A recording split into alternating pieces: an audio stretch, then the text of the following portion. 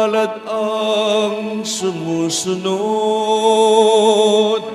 sa salitang buhat sa Diyos at mamumuhay ng angkop. Alleluia, Alleluia, Alleluia, Alleluia.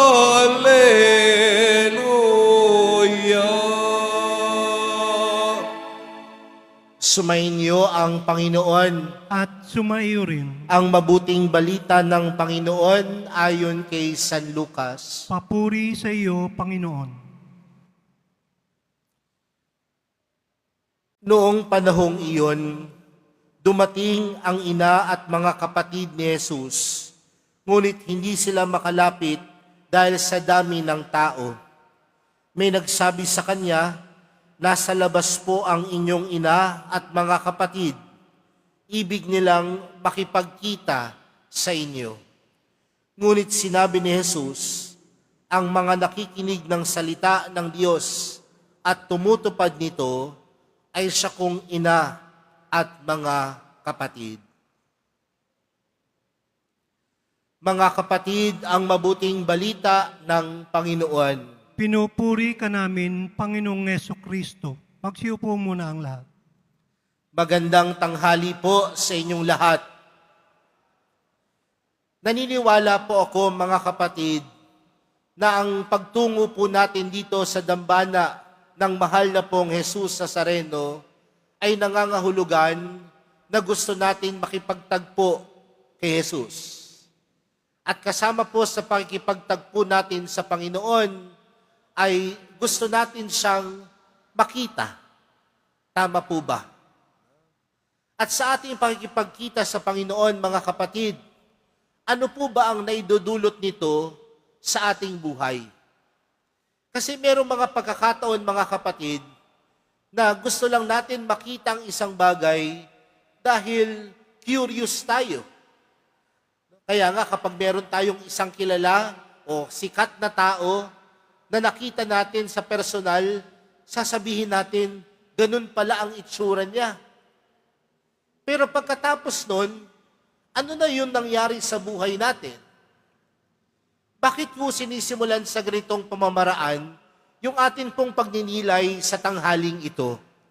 Dahil kung mapapansin po natin, mga kapatid, sa ating ebanghelyong napakinggan, si Maria at ang kanyang mga kasama gusto rin makipagkita kay Jesus.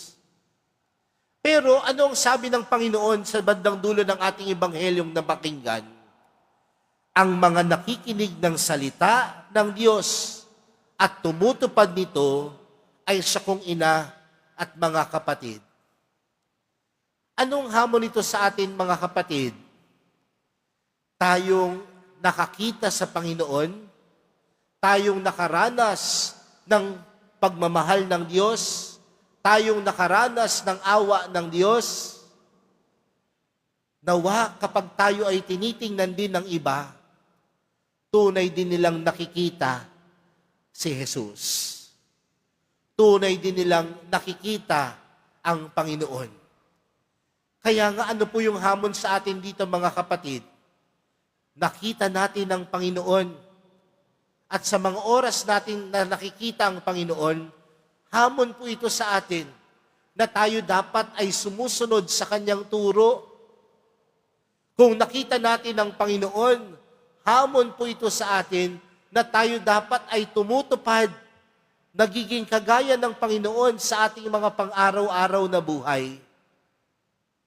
Kasi kung basta lang natin tinitingnan ng Panginoon, pero parang walang pagbabago sa buhay natin, sayang ang pagkita natin kay Jesus.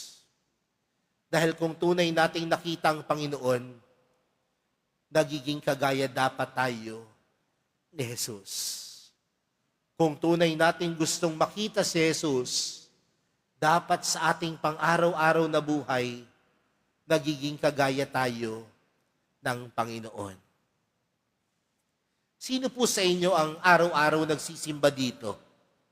Meron po ba? Sana naman no? Sino po sa inyo ang araw-araw na humahawak sa imahen ng mahal na pong Jesus Nazareno?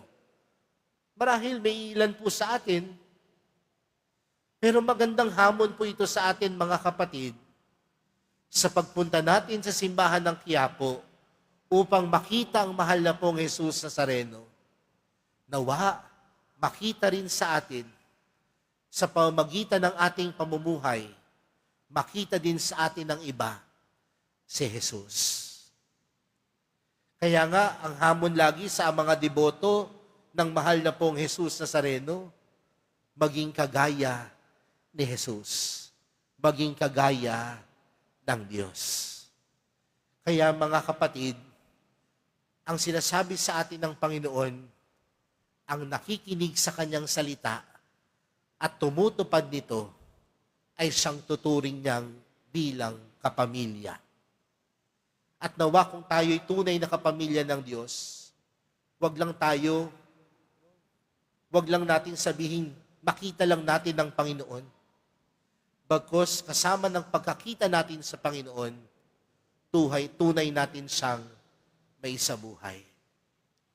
Kung gusto nating makita si Jesus, nawa, makita din ng iba si Jesus sa buhay natin. Kung gusto natin makita ang Panginoon, nawa, tumupad tayo sa turo ni Jesus. Kung gusto nating makita ang Panginoon, nawa, sumaati nawa si Jesus sa ating buhay. Amen.